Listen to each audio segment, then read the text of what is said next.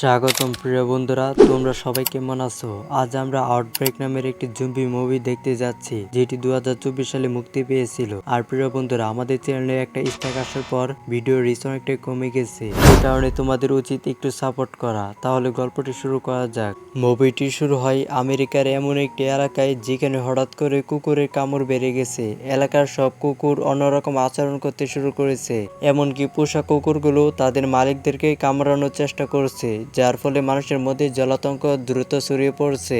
এরপর আমরা কিছু রেঞ্জারকে দেখতে পাই, যারা খবর পেয়েছে যে কারোর একটি পোষা কুকুর পুরোপুরি পাগল হয়ে গেছে। যে মাত্রই সে রেঞ্জারদের সিনিয়র মাইক নামের লোকটি কুকুরটিকে রাখা বাক্সটি খুলে কুকুরটি তার দিকে ঝাঁপিয়ে পড়ার চেষ্টা করে, কিন্তু দূরের কারণে তার কাছে পৌঁছতে পারে না। মাইক তার সহকর্মী নেলকে এটিকে তাড়াতাড়ি গুলি করতে বলে, নাহলে এটি দূরে ছিঁড়ে মারাত্মক হয়ে উঠবে। নেলও তার বন্দুক বের করে সে কুকুরটার দিকে ফিরে, কিন্তু তখন আকাশ থেকে একটা বাজ পাখির ডাক ভেসে আসে, যা কয়েক সেকেন্ডের জন্য তার মনোযোগ অন্যদিকে ঘুরিয়ে দেয়। এই সুযোগে কুকুরটা শিকল ছিঁড়ে মাইকের উপর ঝাঁপিয়ে পড়ে এবং তাকে কামড়াতে শুরু করে। মাইক নেলকে বলার চেষ্টা করে, তুমি ওইখানে দাঁড়িয়ে কি করছো? এক্ষুনি ওকে গুলি করছো না কেন? কিন্তু নেল এতটা আতঙ্কিত ছিল যে সে গুলিও করতে পারলো না। এরপর গিবসন নামের একজন রেঞ্জার এসে কুকুরটিকে গুলি করে, অবশেষে সেটিকে মেরে ফেলা হয়। কিন্তু সমস্যা হলো, ততক্ষণে কুকুরটা মাইকের সারা শরীরে কামড়ে দিয়েছে। নেল ক্ষমা চেয়ে বলে, দেখো মাইক, তুমি অসুস্থ হয়ে যেতে পারো, তোমার এক্ষুনি হাসপাতাল থেকে একটা ইঞ্জেকশন নেওয়া দরকার। কিন্তু মাইকে রাজি হয় না এবং তাকে বলে, দেখো আমি গত বছরে ইঞ্জেকশন নিয়েছিলাম, তাই চিন্তা করো না, আমার কিছুই হবে না। নেল আর গিবসন তাকে বোঝানোর চেষ্টা করে, কিন্তু তারপরও মাইক রাজি হয় না। কিছুক্ষণ পর মাইক আর নেল যখন স্টেশনের দিকে যাচ্ছিল, সে তাকে বলে, শোনো, আমি জানি তুমি এখন যে পরিস্থিতির মধ্যে দিয়ে যাচ্ছ তা সহজ নয়, সেই কারণে তুমি কোনো কিছুতেই মনোযোগ দিতে পারছো না। যদি আমার কথা শুনো, তাহলে 10 থেকে 15 দিনের ছুটি নিয়ে তোমার স্ত্রী এবির সাথে ঘুরতে যাও, এতে তোমার মনের সব দুশ্চিন্তা দূর হয়ে যাবে। আর আমি তোমাকে বেতন সহ ছুটি দিচ্ছি, কারণ তুমি আমার খুব ভালো বন্ধু, আমি তোমাকে এই অবস্থায় দেখতে পাই না। তো বন্ধুরা, আসলে গল্পটা বলি যে নীলের ব্রেন নামের একটি ছেলে ছিল, যার বয়স ছিল মাত্র 17 বছর, কিন্তু সে রাগের মাথায় বাড়ি ছেড়ে চলে যায়। আসলে ব্রেন সারাদিন তার মোবাইল ফোন নিয়ে ব্যস্ত থাকতো, পড়াশোনার সাথে তার কোনো যোগাযোগই ছিল না। যখন নীল তাকে এ ব্যাপারে বুঝালো এবং সেটাও বেশ করা ভাবে যে, শোনো বাবা, এখন তোমার পড়াশোনা করা উচিত এবং নিজের ভবিষ্যতের দিকে মনোযোগ দেওয়া উচিত। দিনরাত ফোনে আঁকড়ে থাকলে আর কি হতে পারবে?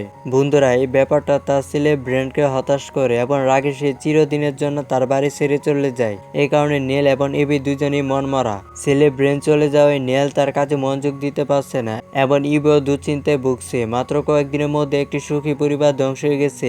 এই কারণে মাইক নেলকে এই পরিস্থিতি থেকে বেরিয়ে কোথাও যেতে বলছে, যাতে নেলের মনটা ভালো হতে পারে। নেলও মাইককে বলে, আমার কথা এত ভাবার জন্য তোমাকে ধন্যবাদ, আমি অবশ্যই ছুটিটা সুন্দর কোনো এক জায়গায় কাটাবো। তারা স্টেশনে পৌঁছানোর সাথে সাথে মাইকের মেয়ে অলিভিয়ার সেখানে এসে পৌঁছায়, যে বেনের প্রাক্তন প্রেমিকা ছিল। অলিভিয়া সে বেনের গাড়িটা নেলকে ফেরত দিতে এসেছে, কারণ এই গাড়িটা নেল বেনকে দিয়েছিল, যা বেন পরে অলিভিয়াকে দিয়ে দেয়। সেই কারণে অলিভিয়া গাড়িটা নেলকে দিয়েছে। সে এটা ফেরত দিতে এসেছে কারণ গাড়িটির উপর নেলেরই বেশি অধিকার আছে। সে নেলকে বলে, আমি আমার সাধ্যমতো চেষ্টা করছি এবং চেষ্টা চালিয়ে যাব, আমরা কোনো না কোনো ভাবে বেনকে খুঁজে বের করব, চিন্তা করো না। এই কথা শুনে নেল তাকে জড়িয়ে ধরে জিজ্ঞাসা করে, আমার বেনের মধ্যে কিসের অভাব ছিল যে সে এমন একটা সিদ্ধান্ত নিল? এই কথা বলে নেল দুঃখ ভারাক্রান্ত হৃদয় বাড়ির দিকে রওনা দেয়, যেখানে গিবসন তাকে নামিয়ে দিতে এসেছে। গিবসন নেলকে বলে, আমিও বেনকে খুঁজে বের করার জন্য আমার সাধ্যমতো চেষ্টা করছি, চিন্তা করো না, আমরা অবশ্যই একসাথে তাকে খুঁজে বের করব। ভবিষ্যতে যদি কখনো আমার প্রয়োজন হয় আমাকে ফোন করতে দ্বিধা করো না, আমি সাথে সাথে চলে আসব। নীল তাকে ধন্যবাদ জানাই। বাড়ি পৌঁছানো মাত্রই নীল দেখে যে এবি খুবই অসুস্থ। সে তার সব ঘুমের ওষুধ খেয়ে ফেলেছে। এতগুলো ওষুধ খাওয়ার পরেও সে ঘুমাতে পারছে না। নীল তাকে বলে, আমি তোমাকে জিনিসপত্র গুছিয়ে নিতে বলেছিলাম আর আমরা ছুটিতে যাচ্ছি, আর তুমি এখনো তৈরি হওনি। সে বেচারা নীলের উপর চেঁচিয়ে ওঠে, তুমি কেমন বাবা? তোমার ছেলে নিখোঁজ আর তুমি ছুটি কাটাতে যাওয়ার কথা ভাবছো? শেষবার যখন তুমি কিছু করেছিলে তখন তুমি তাকে আঁকড়াওনি কেন? সব তোমার দোষ। যদি তুমি ওকে আঁকড়াতে, তাহলে ও আজ আমাদের সাথে থাকতো, এ বাড়ি ছেড়ে যেত না। বেচারা নেল তার বন্ধুদের কাছ থেকে পাওয়া সান্ত্বনায় কিছুটা স্বস্তি নিয়ে বাড়ি ফিরেছিল, কিন্তু এখানে এবি তাকে আবারও হুঁশে ফিরিয়ে এনেছে। তাই নেল তার বন্দুকটা নিয়ে বাড়ি থেকে বেরিয়ে যায়। সে একটা পুকুরের কাছে এসে বেনের সাথে কাটানো মুহূর্তগুলো মনে করতে শুরু করে। সে এতটাই মানসিকভাবে চাপে ছিল যে নিজের উপর নিয়ন্ত্রণ হারিয়ে ফেলে এবং নিজের বন্দুক বের করে নিজেকে গুলি করে। কিন্তু বন্ধুরা, তার ভাগ্যটা এতটাও ভালো ছিল না। বন্দুকটা সাথে কোনো গুলি ছিল না। ঠিক তখনই নেল পুকুরে একটি মেয়েকে ডুবে যেতে দেখে সে সঙ্গে সঙ্গে পুকুরে ঝাঁপিয়ে পড়ে মেয়েটিকে টেনে তুলে, যে আসলে কোনো সাধারণ মেয়ে নয়, বরং একটি জুম্বি। নেল পুরোপুরি আতঙ্কিত হয়ে ভাবতে থাকে এটা কি আর ওই জুম্বিটা কি। মেয়েটি তাকে আক্রমণ করার চেষ্টা করে। নেলের বন্দুকটি গুলি না থাকায় সে জুম্বিটিকে গুলি করতে পারেনি, কিন্তু তবুও সে কোনো মতে একটি পাথরের সাহায্যে জুম্বি মেয়েটির মাথা ভেঙে খেলাটি শেষ করে, যার ফলে মেয়েটি মারা যায়। কিন্তু নেল বুঝতে পারে না যে কি হয়েছে। শহরে কি নতুন ধরনের ভাইরাস ছড়িয়ে পড়েছে? যদি এটা কোনো ভাইরাস হয় এবং এটা শহরের মধ্যে ছড়িয়ে পড়ে, তাহলে আমাকে এক্ষুনি গিয়ে এপিকে বাঁচাতে হবে। আমরা এখানে আর বেশিক্ষণ থাকতে পারবো না।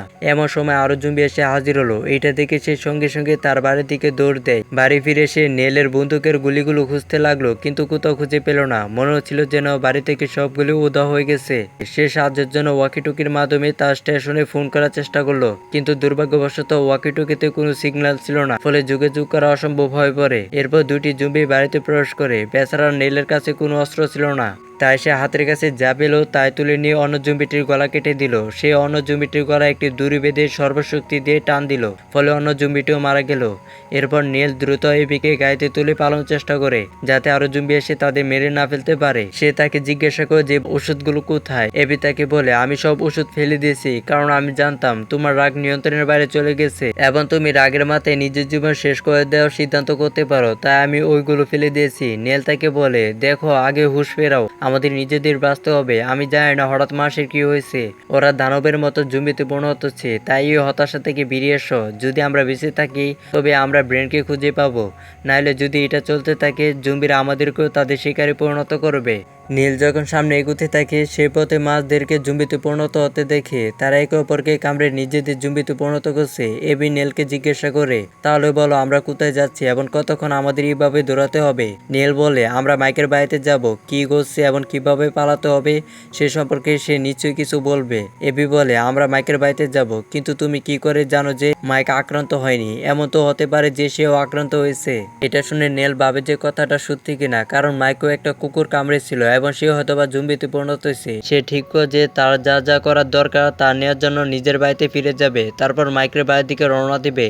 তার পরিকল্পনা হলো সেখান থেকে চলে যাওয়া। বাড়ি পৌঁছানোর পর নেল এবিকে গাড়িতে থাকতে বলে এবং প্রয়োজনীয় জিনিসপত্র জোগাড় করতে ভিতরে যায়। এবি আসে, সে তার ছেলে ব্রেনের সমস্ত জিনিসপত্র নিতে এসেছে। সে জানে না যে ব্রেন কখন ফিরবে, তাই সে ব্রেনের জিনিসপত্র এইভাবে ফেলে যেতে পারে না, তাই সেও সেগুলো নিতে শুরু করে। নীল তাকে চিন্তা না করতে বলে, জানা যে সবকিছু ঠিক হয়ে যাবে। এরপর সে ওয়াকিটকির মাধ্যমে গিবসের সাথে যোগাযোগ করার চেষ্টা করে, কিন্তু তার কণ্ঠস্বর গিবসনের কাছে পৌঁছায় নাই। নীল এবিকে নিয়ে মাইকের বাইরের দিকে রওনা দেওয়ার সময় পথে গাড়ির তেল শেষ হয়ে যায়। ইতিমধ্যে সন্ধ্যা হয়ে গেছে, তাই তারা সেখানে বেশিক্ষণ থাকতে চায় না, তাই সে এবিকে গাড়িতে থাকতে বলে নিজে পেট্রোল আনতে যায়। কাছাকাছি একটি পেট্রোল পাম্প থাকায় নীল সেখানে পৌঁছায়, কিন্তু সেখানে কেউ ছিল না, তাই সে কয়েকটি কেনে পেট্রোল ভরতে শুরু করে। এই কাজ করার সময় একটি জুম্বি চলে আসে। এটি সে একই জুম্বি যে পেট্রোল পাম্পের কর্মী আক্রান্ত হয়েছে। কিছুক্ষণ চিন্তা করার পর নীল জুম্বিটির উপর পেট্রোল ঢেলে একটি লাইটার দিয়ে আগুন ধরিয়ে দেয়, যার ফলে সেটি পুড়ে মারা যায়। নীল সাথে সাথে এবির কাছে ফিরে আসে, গাড়িতে পেট্রোল ভরে এবং পেট্রোল পাম্পে ফিরে যায়, যেখানে প্রচুর খাবার ও পানীয় পাওয়া যায়। নীল এবং এবি সমস্ত খাবার ও পানীয় গাড়িতে তুলতে শুরু করে। তারা আরো খাবার খুঁজে পাবে কিনা তা স্পষ্ট নয়। এরপর নেল ওয়াকিটকির মাধ্যমে গিবসনের সাথে আবারও যোগাযোগ করার চেষ্টা করে, কিন্তু এবারও তা পারে না।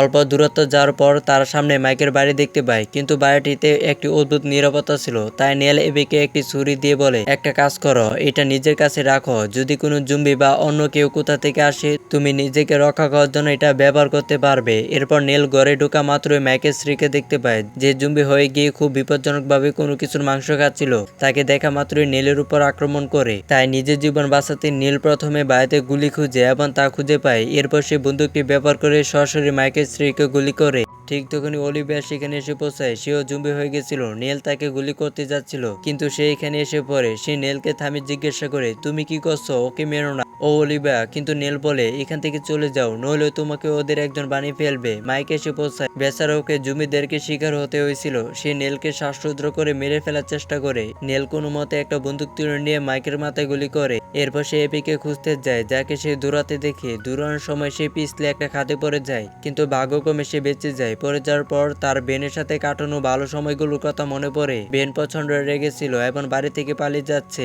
নীল তাকে থামানোর চেষ্টা করছিল, কিন্তু দৌড়ানোর সময় বেন একটা উঁচু খাদের কাছে চলে এসেছে। সে নীলকে বলে, বাবা আমাকে যেতে দাও, আমি আর এখানে থাকতে চাই না, এটা আমার বাড়ি নয়, এটা আমার জন্য একটা জেলখানা। নীল এটা বিশ্বাস করে না, তাই বেন তার মনোযোগ অন্যদিকে সরিয়ে দিয়ে বলে, দেখো দেখো মার কাছ থেকে ফিরছি। নীল যখন পিছনে তাকায় তখন সেখানে কেউ ছিল না, কিন্তু ততক্ষণে বেন উদা হয়ে গেছে। সেটাই ছিল বেনকে নীলের শেষবার দেখা। এই ঘটনা তাকে খুবই কষ্ট দেয়। সে ভাবে, আমি আমার ছেলে বেনকে থামাতে পারতাম, কিন্তু পারিনি। যখন নীলের জ্ঞান ফিরে সে কাছাকাছি বেশ কয়েকটি জম্বিকে দেখতে পায়। সবাই তার দিকে এগিয়ে আসতেছে। নিজের জীবন বাঁচাতে সে সঙ্গে সঙ্গে দৌড়ে পালায়।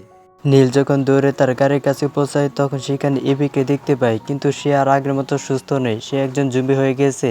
এটা দেখে নীল প্রচন্ড কষ্ট পায়, কিন্তু তাকে মেরে ফেলে না, কিন্তু বরং তাকে তার গাড়িতে উঠিয়ে ফেলে এবং ভাবতে থাকে তাকে আগের মতো আবারও সুস্থ করতে হবে। তারপর সে তাকে নিয়ে রওনা দেয়। এরপর সে এমন একটি জায়গায় পৌঁছায় যেখানে সে ভাবতে থাকে যে এখান থেকে ওয়াকি টকি পাওয়া যাবে এবং এর মাধ্যমে সে হয়তোবা যোগাযোগ করতে পারবে। সে যখন গাড়ি থেকে নামে তখন একজন বডিগার্ড এসে তার উপর হামলা করে, যে কিনা একটা জম্বি ছিল।